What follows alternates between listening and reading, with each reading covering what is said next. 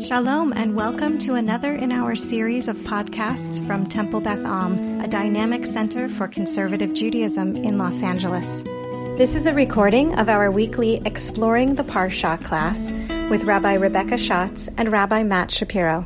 Shabbat Shalom. Here we are, Shabbat Shalom. Parshat Bo. Parsha. And we are going to be looking specifically at the plague of darkness. I'll let Rabbi Shapiro give us a little bit of a lead in to that plague. Yeah, that's all I'll say, or else I'll take away your thunder. Darkness, not thunder. Ah, very good. Well played. All right, hold on. What's happening here? How do we do this again? Where are we? Oh, I found it. Okay. We're good. I got it. Did we do it? We did it. You know, it's been a while. I've been having more Zoom. I've had to re-up my Zoom meeting game this week, which has been, as Rabbi Schatz knows, I've only been marginally, extraordinarily depressed about that. So, I busted out my backdrop back at home. It's a whole thing. Okay. Parashat Bo. We are 7 plagues in to this point. I'm going to sort of just indicate, I'm not going to go through in depth. For those who remember the story and or various films and or the Seder, 8th plague, locusts. Locusts are the 8th plague. I'm not going to Rabbi Schatz anything we should say about locusts other than they are generally bad for crops and they were the 8th plague. No. Okay. So we're going to go right into the darkness piece. I guess I'll just sort of dip into the end of the locust, the plague of locusts, and then we'll go into the darkness. So Moses has brought this plague, and I'm picking up kind of in the middle of chapter 10. And Pharaoh, as has sort of become the pattern, hurriedly summons Moses and Aaron and says, "I stand guilty before the Lord your God and before you. Forgive me just this once." Rabbi Schatz and I were learning a bit with Rabbi Kligfeld this week, and we're noticing sort of how it's interesting, how it's always just this one time, right? It's just this one time. It's always just one more, and it seems like that's really it, but it's never quite really it until the big number 10. Plead with God so that he may remove this death from me. Moses leaves Pharaoh's presence, pleads with God. God brings this strong wind, which lifts the locusts and hurls them into the sea of reeds. And all of the locusts were gone. Not a single locust remained.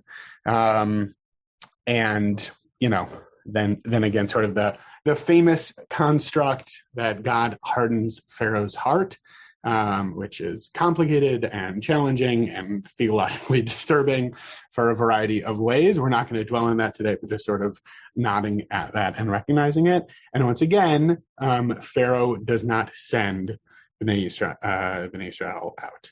What's interesting, I didn't mention this to Rabbi Schatz beforehand, what's interesting to me is that, oftentimes going into plagues, there's sort of that back and forth between Moses and Pharaoh, or Moses and Aaron and Pharaoh, sort of saying are you going to let us go now? And he says no, and then the plague comes. But that doesn't happen for this plague, right? It just sort of it just sort of comes in right on the heels of the other one. I don't have a drash on that or anything and here's why I think that is, but I was noticing it, and I think it's kind of interesting. Rabbi Schatz will give the answer to that, as she always does. So in terms of the verses that we're going to be looking at more closely, we're in Exodus chapter 10, verses 21, 22, and 23, right into the darkness.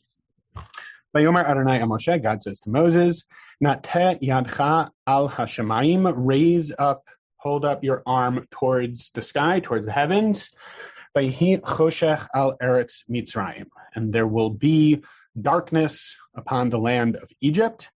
Vayomesh choshech. It will be a JPS, a darkness that can be touched. It will be a tangible darkness, right? Something that you can feel.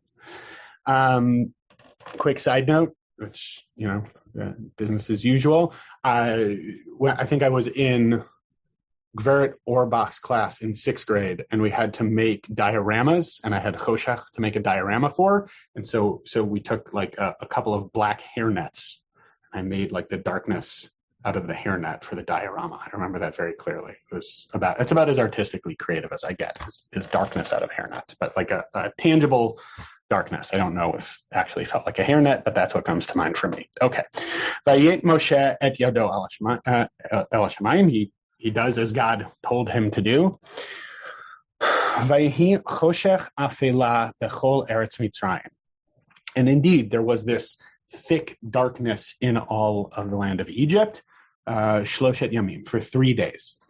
Lo ra'u ish et achiv. A person did not see his fellow. People couldn't see each other. Velo kamu ish mitachtav shloshet yamim.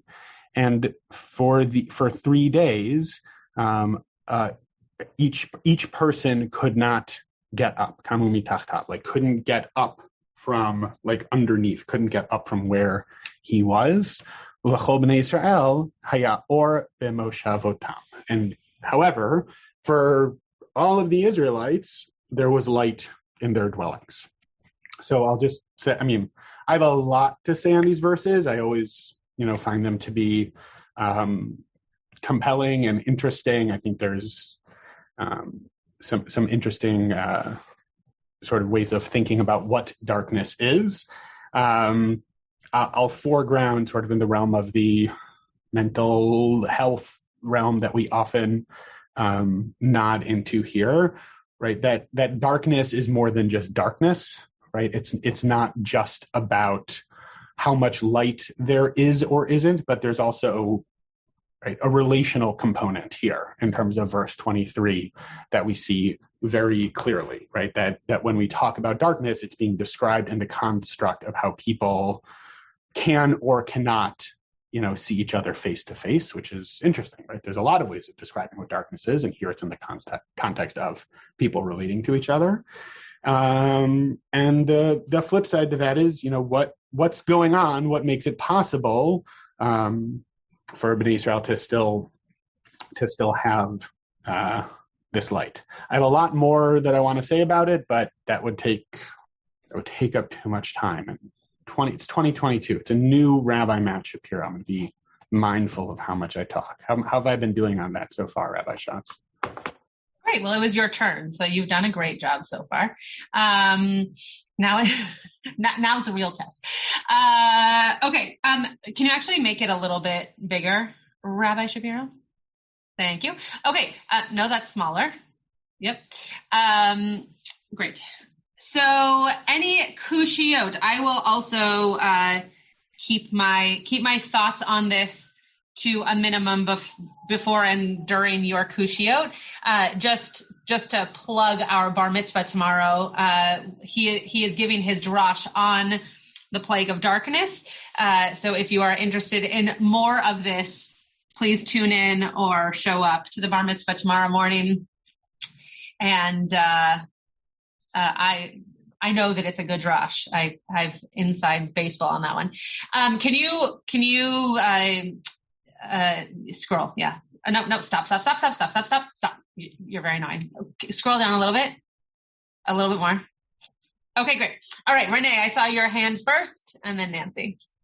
Maybe it may have been just like a typo, but it said that he hold out your arm, like only one. He only needed one arm. Mm-hmm. I was just kind of curious why only one. And also, I also was thinking about the emotional component of the Israelites being, enjoying light and connections with one another, and the Egyptians not having a connection with each other in the dark because they were so gloom and doom. Great. Yeah. Beautiful drash on that. I think it's always yado. I'm saying that without looking it up, but I'm pretty sure it's always just one of Moses's hands or one staff. I don't think it's both. I think it just has to do with the way in which we might, if you raise a hand, you raise one, not both. I think I think it's just a thing. I'm not sure that there's so much Torah behind that. I think it just, as opposed to both hands. But it is not a typo. It is how it seems to be throughout all of Moshe's experience of either casting plagues or even when the sea splits, it's just one hand. So, okay, Nancy. Well, I know 3 is a thing, but I'm curious why 3 days, or what does, is there any significance to 3 days? Great. I don't know if Rabbi Shapiro found anything on this, but 3 seems to at least moderately signify a long time, right? Like it wasn't 1 day and 2 days you were kind of still okay with it, but 3 days felt like it could go on forever. It seems to be what the rabbis are saying. I don't know if Rabbi Shapiro found more on that. It's not what I focused on.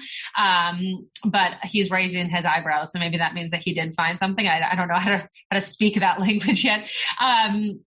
But great question. And numbers always are very either specific and let's call it metaphorical or symbolic, or just very general in the Torah. So interesting to know which category this one goes into. Denise, Joanna, and then Michael. Okay, so it feels almost like there was I don't know if a choice, but like there's a certain response on the part of the Egyptians, because like the darkness descended, okay, and they couldn't see each other, but for 3 days no one could get up. Like that kind of sounds like that had to do with their response to it. Like almost like when COVID started and everybody was freaking out. And then there were some people who just took the attitude of like, well, whatever happens, like some people were like, oh my God, it's the whole world, it's everywhere. And then some people were like, well, whatever happens, it's the whole world, it's everywhere, we're all in it together. And it sounds like the Egyptians did not go with that second option. They went with, oh my God, it's everywhere, and just froze.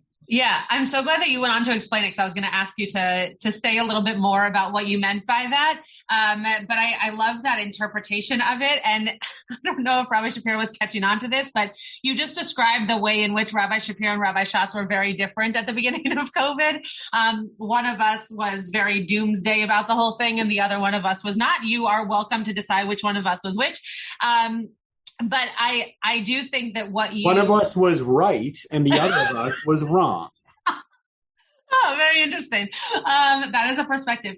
I don't need any food. It's just going to be a couple of days. It's going to be fine. An optimist, I think, is what we call that. Okay, so this is, but I agree with you, Denise, that this seems to be something that was debilitating for the Egyptians. And I'll add, you didn't say this, but it's possible that they could have had a different option, right? They could have had, right? They could have made it. That's what I was thinking. Oh, that is what you were saying. Okay, great. So I didn't say it, but you figured it out. I just wasn't articulate. But thank you. I'm so glad to have figured it out. But yeah, they could have had a different reaction, right? They could have done something different than just sit where they were.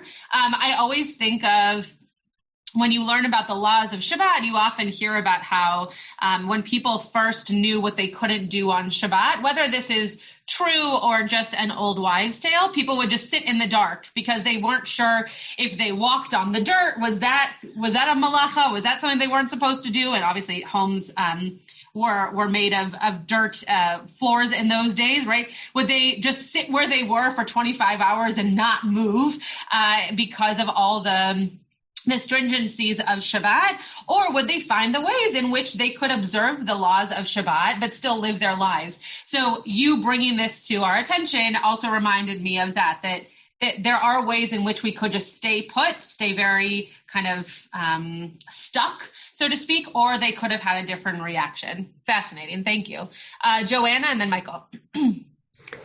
So I'm fascinated by this expression that they could touch the darkness, and because it's not normally the sense we would normally talk about being able to like see the darkness or not see through the darkness.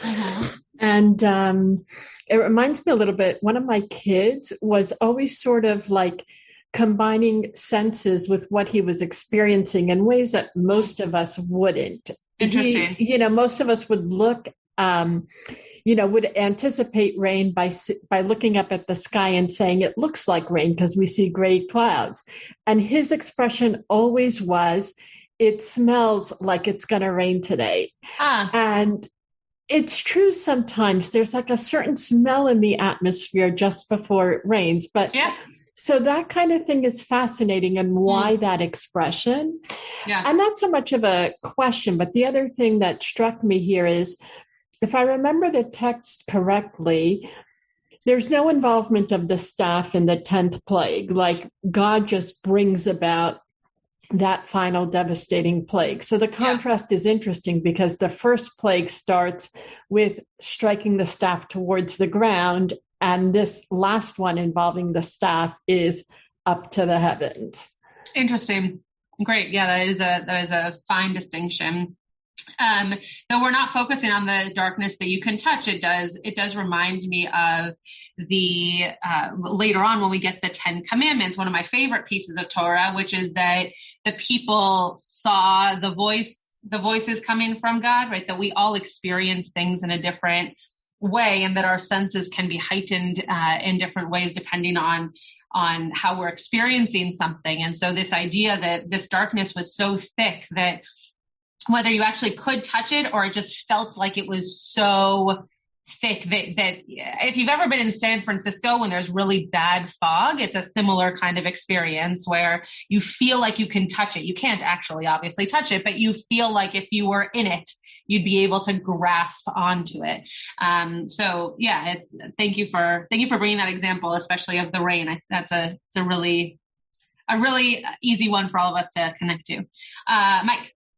Well, I was thinking about going back to Noah in the flood. I think it was Rabbi Cherney in a teaching that talked about how it must be, when we're thinking about the emotional aspects of it, to not be able to see anything around you, and how disorienting that is. And it gave me a different, so for the Egyptians, the idea of this darkness, it gave me a different feeling for when we were talking about Noah, a feeling for him having done this, and then having to experience this sort of nothingness, and being so alone. Sure. Yeah, a very different and yet very resonant kind of comparison, right? That if we don't have any concept of what is beyond us, for them because they were struck by darkness, and for Noah because there wasn't anything to see, you don't know how to move forward. And so maybe that even connects back to what Denise was saying, right? That Rabbi Shapiro found another something connecting this with the story of Noah. Well, that is very interesting. That this could also have been something that just like kept them in their place, right? Because they didn't know how to expand outwards, because they couldn't see what was beyond their own faces. Rebecca, and then we can move on to Rabbi Shapiro. What struck me is that it doesn't say that they didn't see, everything around them. It basically said they didn't see each other. Or one person did not see their brother or their brother. And I find that interesting because obviously such darkness has so many consequences and so many scary, depressing elements to it, that only the element that they don't see their family basically is listed there. And then the 10th commandment leads to losing someone in the family. So it's like we're sort of going in that direction. So it's not just darkness, but it's a darkness that is kind of breaking somehow relationships in the family or something. Yeah. And not to give anything away from Yoav's Drash tomorrow, but I think this is a very easy plague for us to associate with so many aspects of COVID, right? That when you are sitting in a darkness, whether that's depression because you can't do anything or can't see anybody, or just because you are feeling as though this is never going to end, and that's depressing, or because you've lost your job, or because people around you are acting in such a way that makes you feel, worse about the world you're living in, or what, plug in anything you want. You really can have any situation. But also just the fact that there was a certain kind of darkness for a very long time that I think some of us are feeling like we're back into now, of keeping us away from those who bring light into our lives, right? Whether it's community or friends, and there's an interesting, I won't give it away now so that Rabbi Shapiro can share his Torah first, but that there's a very interesting commentary on what it meant for the Israelites to have light and the Egyptians not to have light. And why couldn't they share that light? And the fact that some of our commentators basically just say it didn't work that way. The Israelites didn't have light that they could share. They had light that they could use and that they could experience. But once they would go into an Egyptian's home, the light was only for them. It didn't illuminate the whole house. And that's for me, that's theologically problematic, because I would want to be seen as a people who can bring our light to illuminate others, as opposed to just keeping it for ourselves to teach someone else a lesson.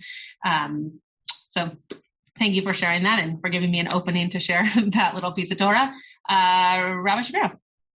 Well, I'll start with the piece that I sort of flagged when Michael was talking about Noah, because it also connects, Rebecca, I think, with what you were pointing out in terms of like the breaking of relationship and how that's sort of anticipatory to the last plague, right?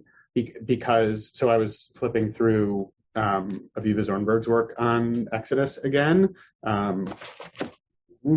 Particulars of Rapture, great stuff. I missed her in Breshit, but I'm leaning on her in Shemot a bit more. And she frames the question like, what's so bad about darkness?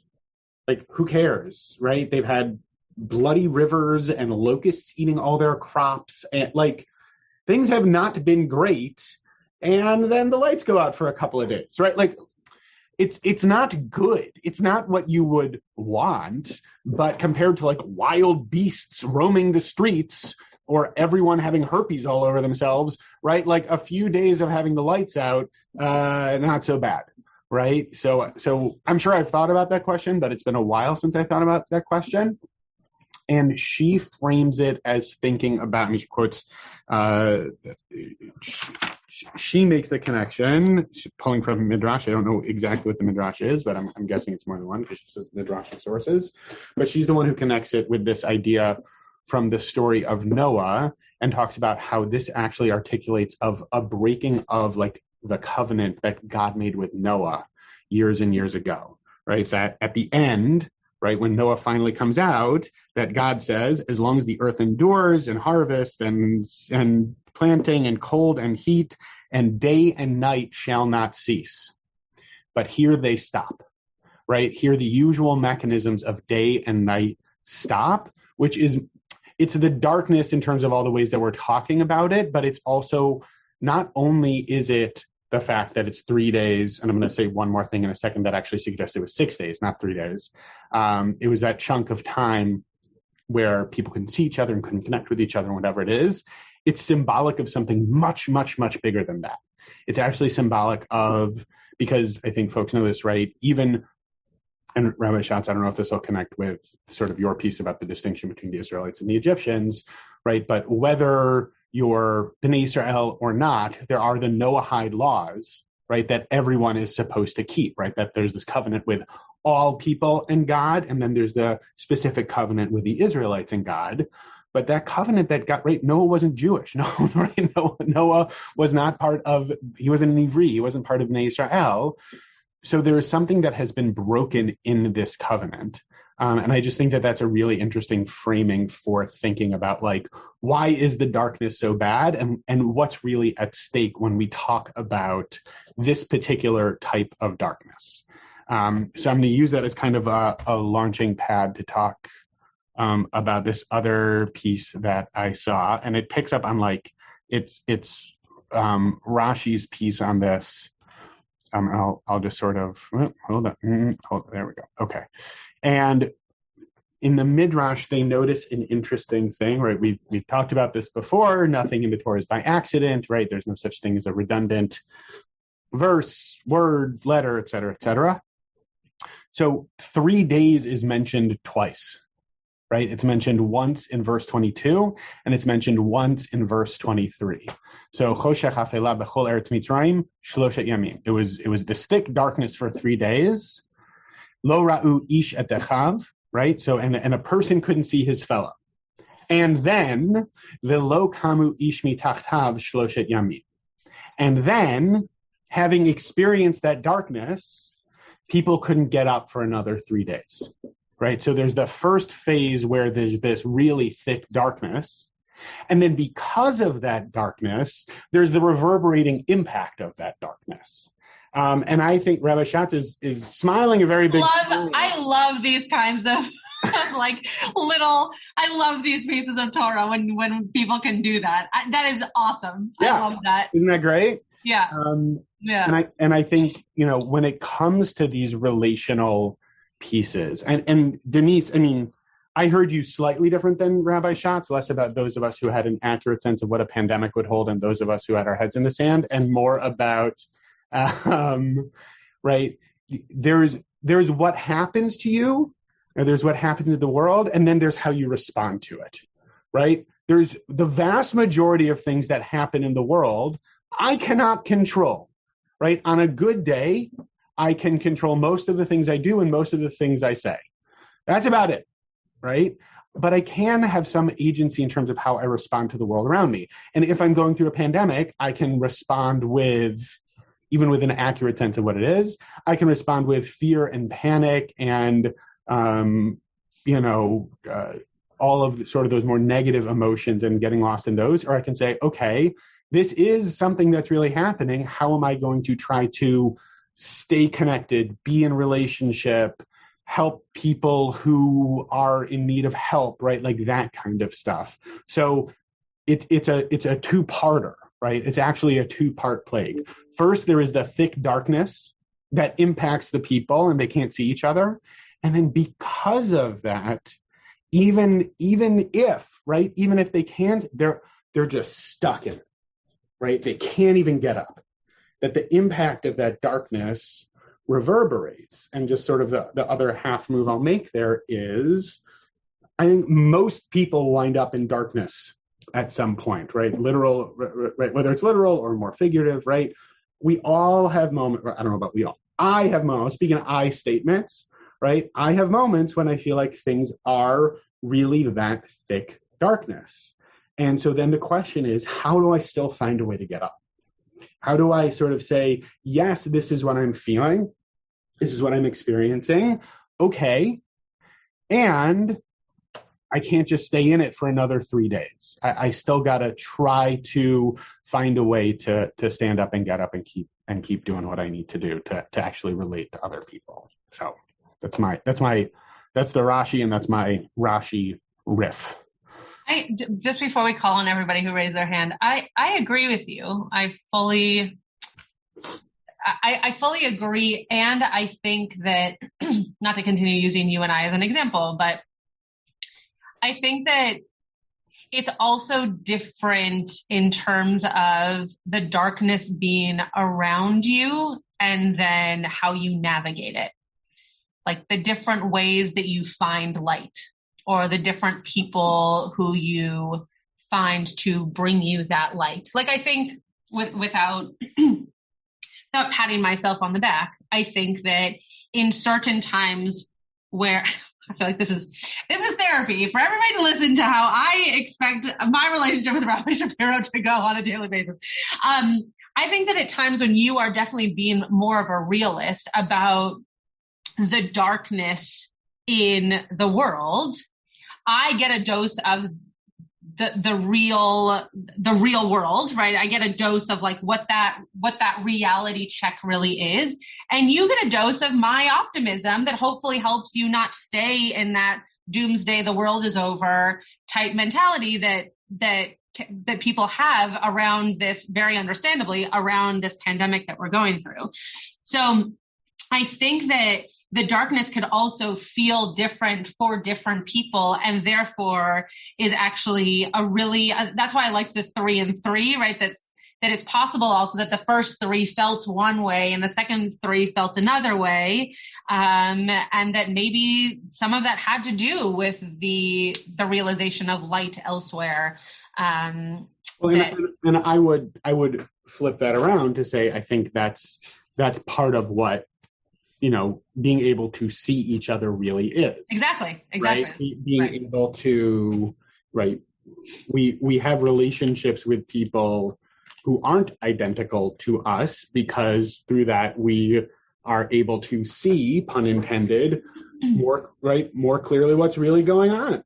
Right. And to get a clearer sense, right, it's the relationships we have are hopefully the things that bring us more fully into the world and help it see it more clearly, which sometimes feels lovely and sometimes feels less lovely, but you still need to see clearly to be able to respond to what's happening around you. And we all have a certain blinkered perspective, right? None of us has, right? Sort of like flipping back around the piece of Torah that you love about Sinai. The positive drash on that is, wow, how amazing. Everyone sees it a bit differently. The other piece of that is, wow, each one of us only has a teeny tiny piece of that. Yeah, right. And so we need to be in relationship with each other to get more of it. Put it all together. Otherwise, we just have our own little piece of it, right? Yeah. We need more. We need relationship. Yeah. Right. A lot of humans have been waiting. Yeah. Okay, Renee, then Denise, then Joanna, then Rebecca. So I like what you said about the 3 days and then making it in another 3 days, because I was thinking that it's like 3 days of actual darkness and 3 days of getting used to the darkness. Like your whole body physically, your eyes have to get used to when you go into darkness. And then when, like if you sit in a dark room and then you turn on the lights, it takes time, not necessarily 3 days, and the same thing with in an emotional sense, that when people go through various experiences in their lives where they feel darkness, whether it's death or the COVID or whatever, that it also takes time. There's a time where we're literally sitting in the darkness. And then as we start to come out of it, there's more time where we're not necessarily in total darkness, but it's kind of in the gray before we can actually see the light. And I was saying this just to Rabbi Schatz this morning, right? So Pressman Academy has been having in-person classes this week, and they've implemented like a test to stay policy. So even if kids have come into contact, certainly definitely vaccinated kids, even if kids have come into contact with someone who has COVID, they can like test to stay, meaning like as long as you come in the beginning of the day, you get COVID tested, you get a rapid test. If you're negative, you can like stay within your cohort as a way of trying to mitigate some of the like Zoom school and being so disruptive in any number of ways, et cetera.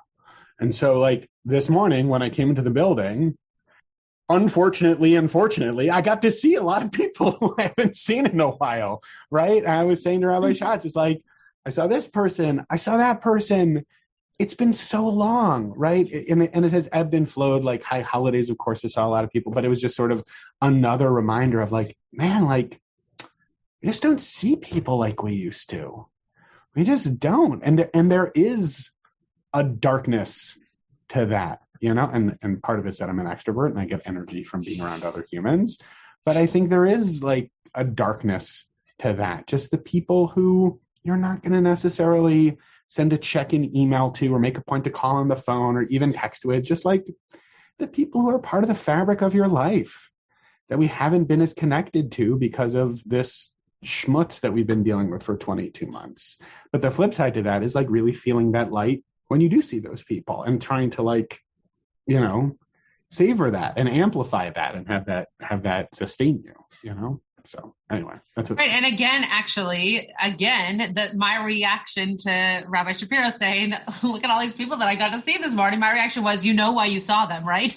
Right. Like we actually had the opposite reaction to each other in terms of what that darkness is, right? My reaction was, so sad that they have to be in that line in this building, though they got to go to school, which is obviously a positive. But, Rabbi Shapiro's reaction was, wow, I get to see them. They're here for, whatever reason. So it is interesting. Those perspectives can change, that darkness, that feeling of darkness or sitting in that darkness can be different per situation. Look at that. We found a moment when I was more optimistic than you. That's amazing. I think the good news is we have now also taken everyone through all of the interactions that we've had today, so there's no need to catch people up on any more of those, and we can actually now listen more fully to what other people... Oh, is that usually what we do? We take people through the interactions? I think we've referenced a number of them. Anyway, Denise has had her hand up for a while. So I don't see the passage right now, but it's something like it was dark and then nobody could stand up from where they were or something like that. Back up, And I just wonder if the juxtaposition of those is telling us something that that they couldn't see one another. It's sort of like, what if it doesn't only mean literally visually see, but each person thinking I'm the only one who's experiencing this, because that happens so often in depressing times, and everyone feels like they're alone and they're the only one, and then that mentality is what makes it that no one can get up, that they're all frozen. Beautiful. And that maybe that the Israelites enjoying light is maybe that just the Israelite view of the world wasn't like that, or they didn't make that choice. So it wasn't about withholding from the Egyptians so much as when you make a choice, you go through a certain door and that's the room you're in based on what door you chose. So Denise, Yasher Koach Shekivant, like nice job articulating another of our sages, right? So Rabbi Yitzchak of Vorki, one of the Kotzker Rebbe's disciples, teaches on these verses. There is no darkness greater in the world that people do not see and do not want to see their fellows, but each one worries only about themselves. When no one sees their fellow and worries only about themselves, then no one gets up from their place. There is no hope for revival or progress. Right. Joanna.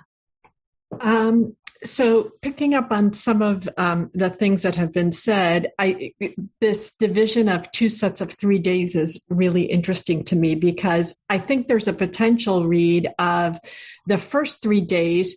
The Egyptians and the Israelites all experienced darkness because it was in all Eretz Mitzrayim. And it's only in the second set of 3 days that there's this contrast between the darkness that the Egyptians were experiencing and the light that the Israelites had. And the Egyptians were in darkness because each person couldn't see their fellow, and all these ideas we're discussing. And picking up on what Denise just said, I believe it's like a teaching of a Hasidic Rabbi, and I don't know which one, that this story where the Rebbe gets a peek into Olam Haba. And first he goes to hell, and what he sees in hell is like this beautiful, beautiful table laden with food, but everyone has locked elbows and no one is eating. And then he goes to heaven and sees the same scene and questions, what's the difference? And all of a sudden he sees that the people sitting across the table from each other are picking up the spoons and feeding the person sitting across from them. And so perhaps what is being expressed in this second phase is that the Israelites, if you would look at it, quickly, the scene looked the same in the Egyptian homes and in the Israelite homes. But if you saw how they chose to deal with it, that's where the difference comes in. And so just thinking that perhaps there's a potential read along those lines. I love that. I love that sort of amplification of Rafi. Thank you, my son. I was just down at the ECC dancing with my 3-year-old before I came up here. That amplification of Rashi, who is not my son, and sort of further expanding that. And I think that parable, that beautiful Hasidic story, it sort of is of a piece with that sense of you can't control so many pieces of the situation that you're in, but you can control how you respond to it, right? That people as individuals or as groups of people can be in exactly the same situation and respond or react to it completely differently, right? And part of that, by the way, I think also has to do with being an acceptance of the situation that you're in. Mm-hmm. Instead of fighting against it, right? In my head, in the Gehenom side of that parable, they're all like fighting with each other trying to get unlocked. Whereas in Gan Eden, they're sort of saying, okay, we're locked. What do we do? Right? Now what? That I would say that there's like an acceptance piece to that first of saying, all right, so this is what we got. Here's the situation that we're in. How are we going to respond to it, rather than saying, why are we in the situation? I don't want to, it shouldn't be dark. We shouldn't have locked elbows. There shouldn't be a pandemic, right? Like, all right, well, this is what we got. What now? It's a big difference. Right? Let's have a Parasha class on Zoom. Let's have a Parasha class on Zoom and conscript Matt Shapiro to keep doing it, even though he said he wasn't going to. Gan Eden. Okay, Rebecca. Okay. All right. Okay. All right.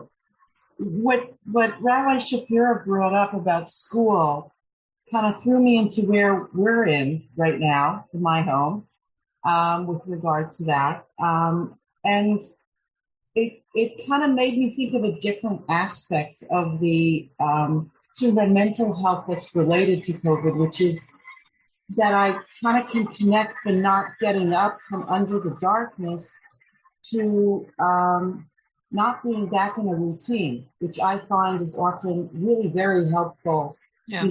Even when you're going through rough times, having that routine really helps you kind of deal with it. And taking away that routine initially and then giving it back in some way was somewhat helpful. In our school right now, we kept waiting for the email that would say that we're going back, for Zoom the first week or two. And instead we got the email yesterday that said, we're getting another week of winter vacation. So there was a decision basically after these 3 weeks, not 3 days, to stay under that darkness for another week. And the interesting thing was that my kids had different reactions because 2 of them said, there's no way we're going for Zoom again. That's horrible. And so maybe this is a good choice sometimes to just say, we can't have a good routine, so let's temporarily forget about the routine and resurface when it really has that ability to help us.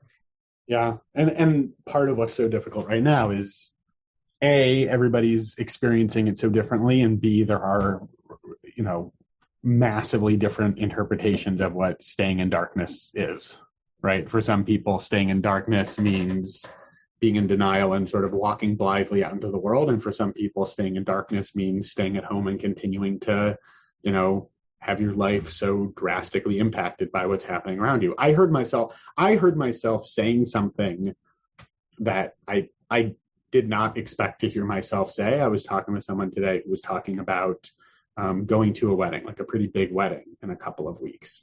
And I think folks on here generally know that, like, I've been pretty cautious when it comes to this stuff. Like, I have kids, my 3-year-old still isn't vaccinated. Like, I've been pretty careful. And I heard myself saying to this person, you should go. This is a good friend of yours. Yeah, there'll be a lot of people there, but everyone there has to be vaccinated.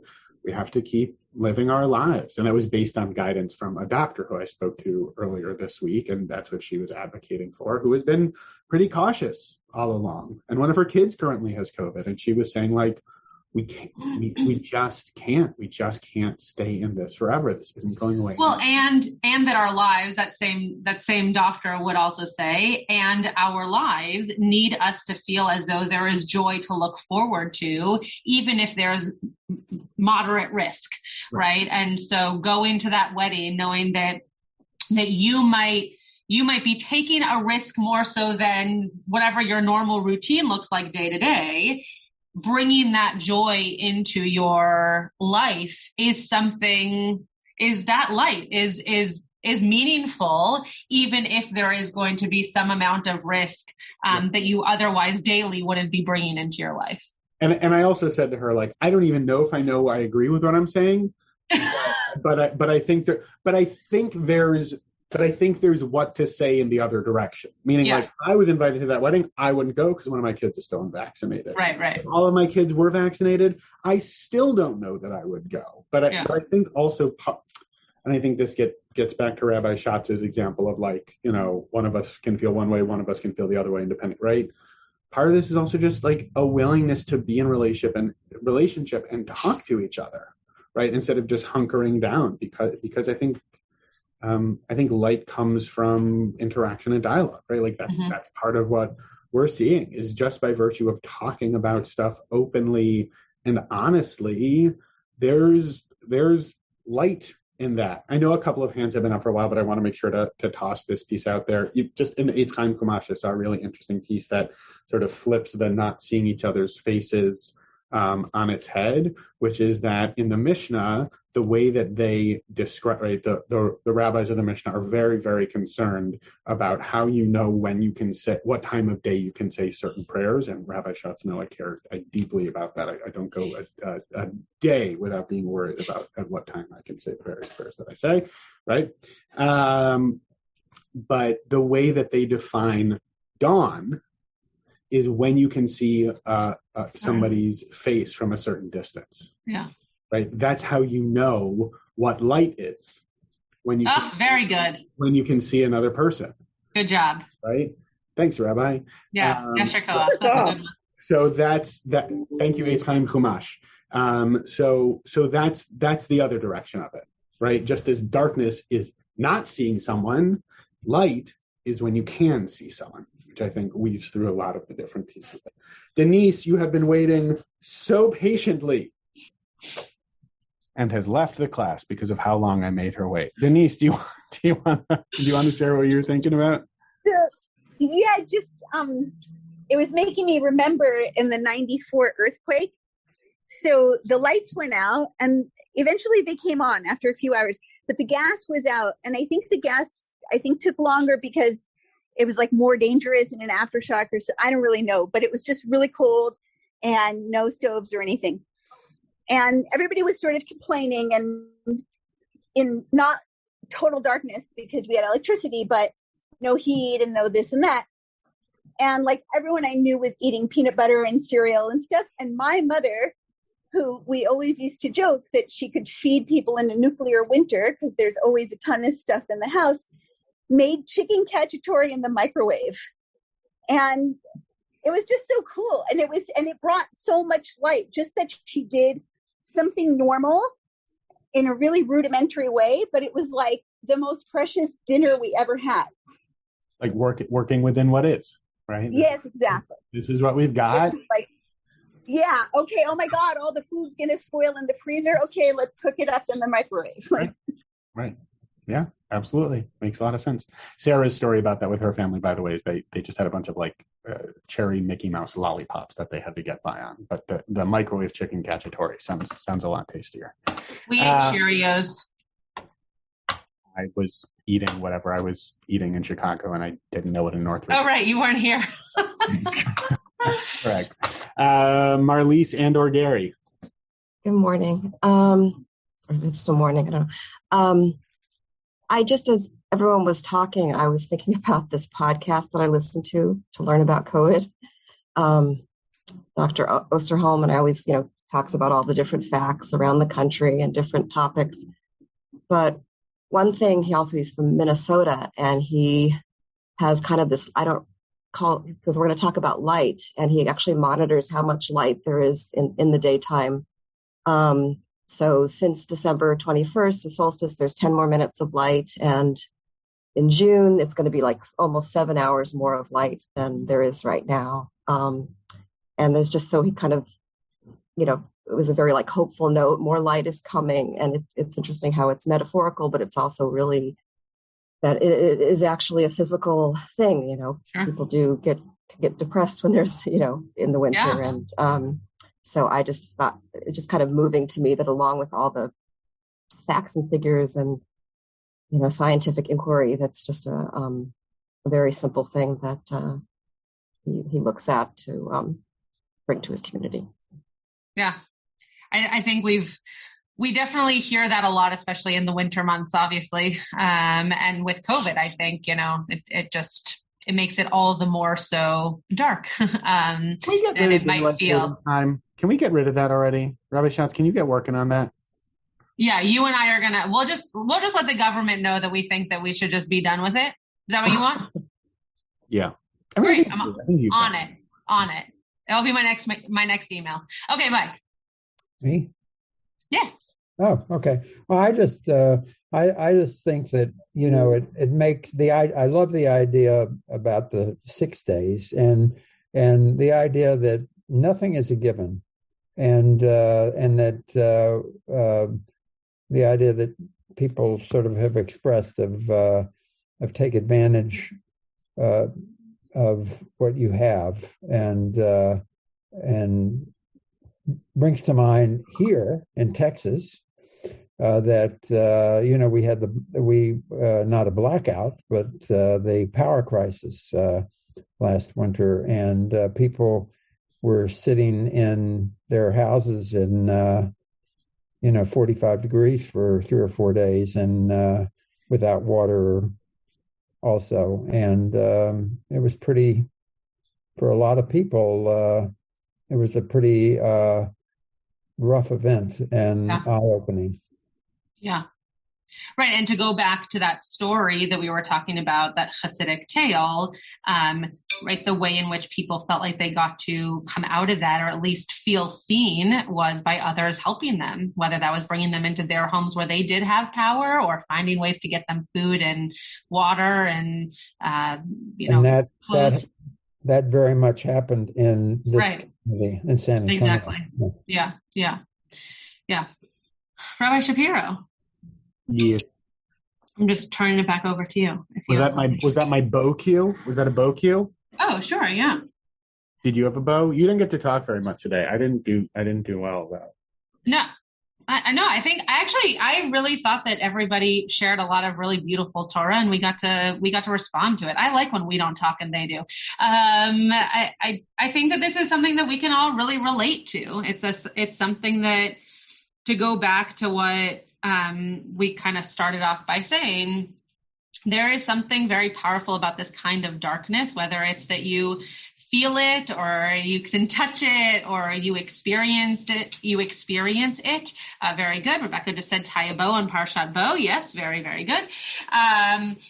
That we all are experiencing different kinds of darkness, and that we each, unlike what the Rabbi said in terms of the Israelites having light and everybody else being in the darkness, we need to figure out how to share that light. And that doesn't mean that you're going to fix everything, and that doesn't mean that you're going to be able to make people feel better who are in a different kind of darkness than you, but casting that light in their direction, or being that light for them, is the most important thing that we're able to do during any point of darkness. This message would be the same with or without a pandemic. So that would be my bow, that we can each be the light in one another's lives when there are moments of darkness. Can I bow on your bow, since it's Parasha? Yeah. Double bow? Double bow for bow? Well, yeah. I mean, I also wanted to acknowledge something that Mike said, which I think is important, which is that it's not just figurative. I mean, I think we were talking about a lot of figurative stuff, but there are, if power's out, if there isn't light, there are actually life or death consequences. And I just want to acknowledge that very briefly, but intentionally, because we were talking about this metaphorically, but this isn't only metaphorical, and that this can be life or death for some people, and for people who are in places where they can't necessarily get that kind of help, like that. There was a real tragedy for a lot of people, and I think that's a real thing too. I had one more thought I was going to close with, but I saw Bonnie's hand shoot up, so I want to give Bonnie a moment to say something, and then I'll wrap us up.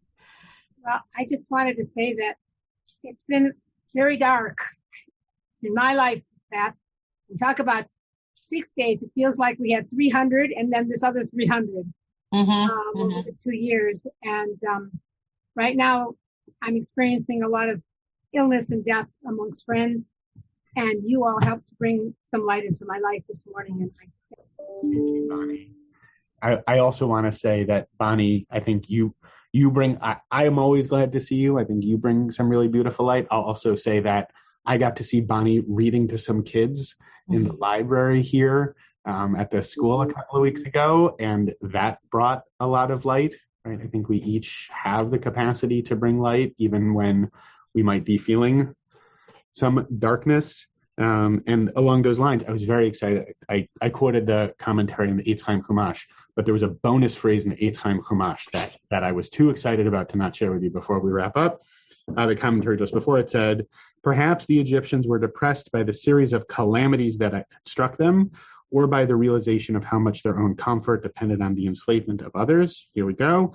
The person who cannot see his neighbor is incapable of spiritual growth. It says spiritual growth. I was very excited. Ding, ding, ding. The person who cannot see his neighbor is incapable of spiritual growth, incapable of rising from where he is currently. So I would then, in turn, flip that around, right? When we see each other, we are capable of growing and changing and evolving and learning in the ways that we really need to. So as Rabbi Schatz said, a lot of you guys shared a lot of really beautiful stuff this morning, which I think shed some light on these topics. And hopefully that is each of us, moving one step further along in kind of the direction that we want to be growing and learning as we move through what we're going through. I know we're 2 minutes over, and every terrible rabbi sermon has like 6 endings, so I realize that I'm doing that right now.